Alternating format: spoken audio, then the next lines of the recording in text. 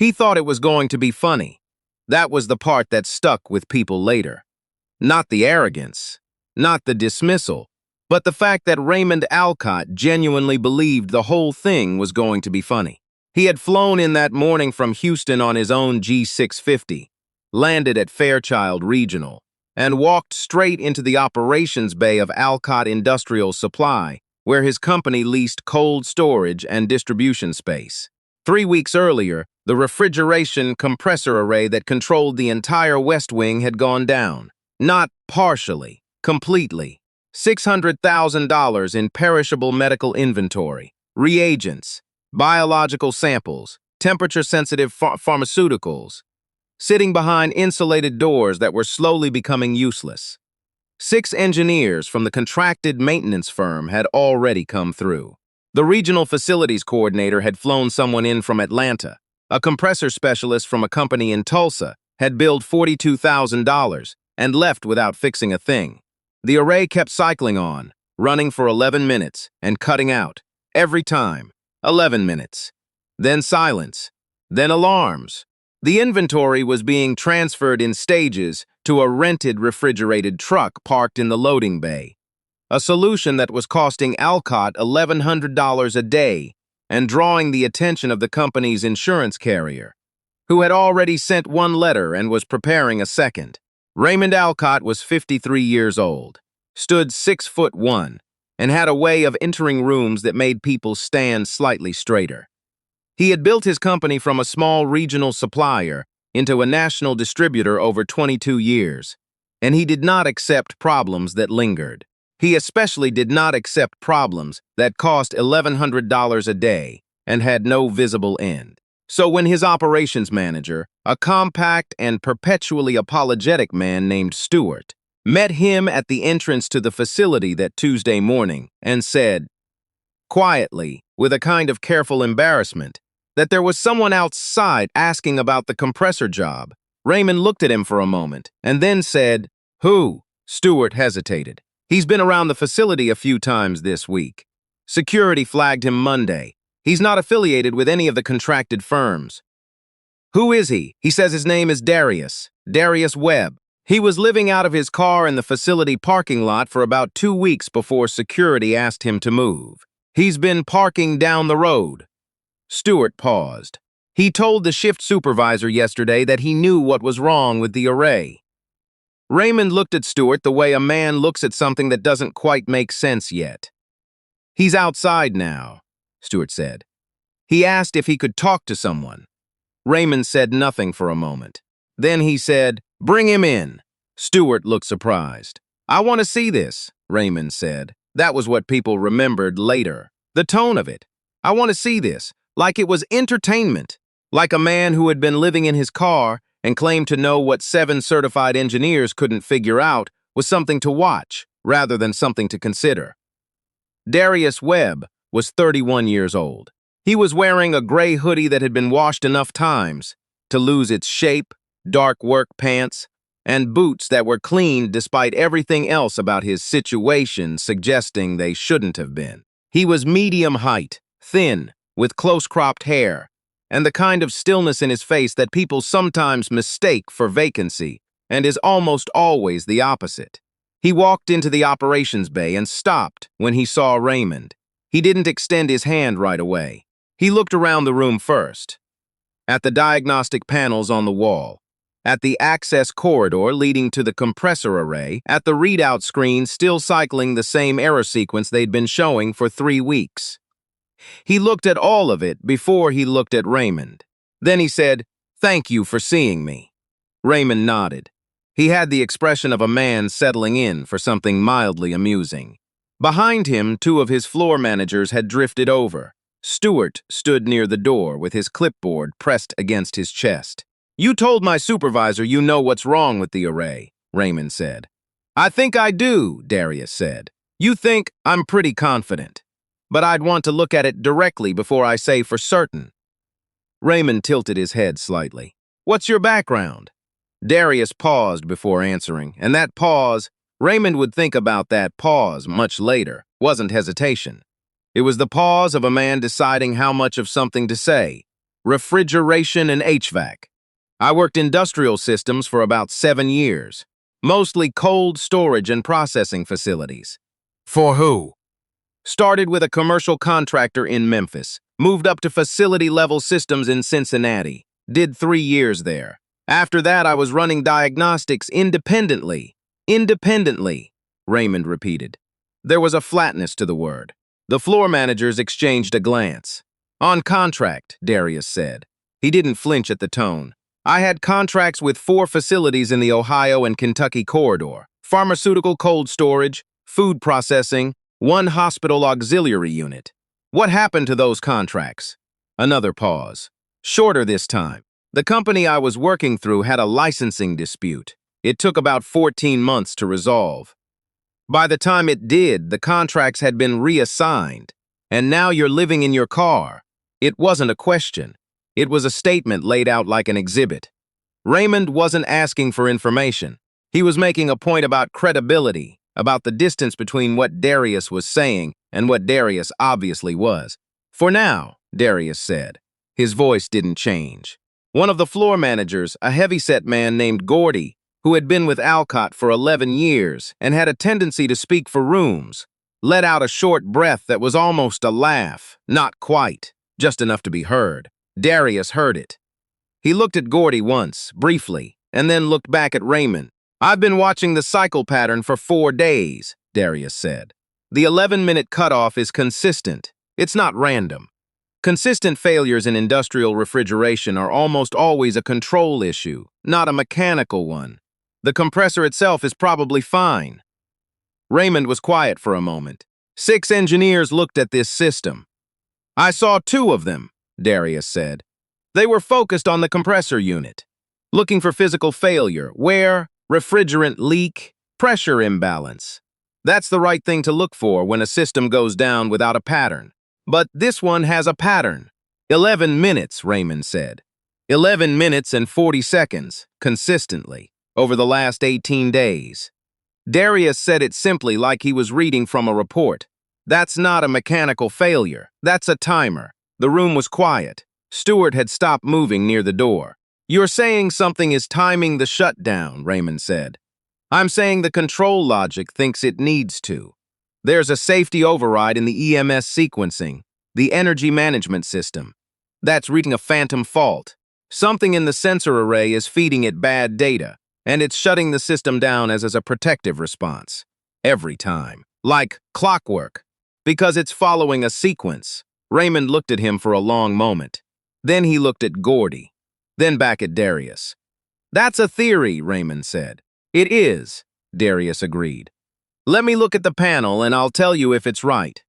What Raymond said next was something he would not repeat in the versions of this story he told later. In the later versions, he moved more quickly to letting Darius in, framed himself as a pragmatist acting on reasonable evidence. But what he actually said in the moment, with his floor managers standing behind him and the low hum of the facility around them, was, I'll tell you what, you go in, you look at your panel, you tell me what you think, and when you're wrong, I'll know I've officially tried everything. He said it with a kind of deliberate lightness, and the floor managers smiled, and Stewart looked at the floor. Darius said, okay. He said it without expression, not angry, not wounded. Just okay. And then he waited for someone to show him to the access corridor. The compressor array for the West Wing occupied a long, low room behind double fire doors. It was loud in there. The system was mid-cycle, 11 minutes running, fans going, the array doing exactly what it was supposed to do before it shut itself down again. The smell was industrial, refrigerant, and insulation, and the metallic edge of electrical systems under load. Darius walked in and didn't say anything for almost 2 minutes. He stood in front of the main control panel and looked at it. Not frantically, not with the demonstrative urgency of someone performing competence. He just looked, the way a person looks at something they've looked at many times before in different configurations. Raymond was standing behind him with Stewart and Gordy. They'd followed him in. Raymond had decided, somewhere between the operations bay and here, that he was going to watch this personally. Can you pull the EMS diagnostic log? Darius asked, not turning around. Stewart looked at Raymond. Raymond nodded.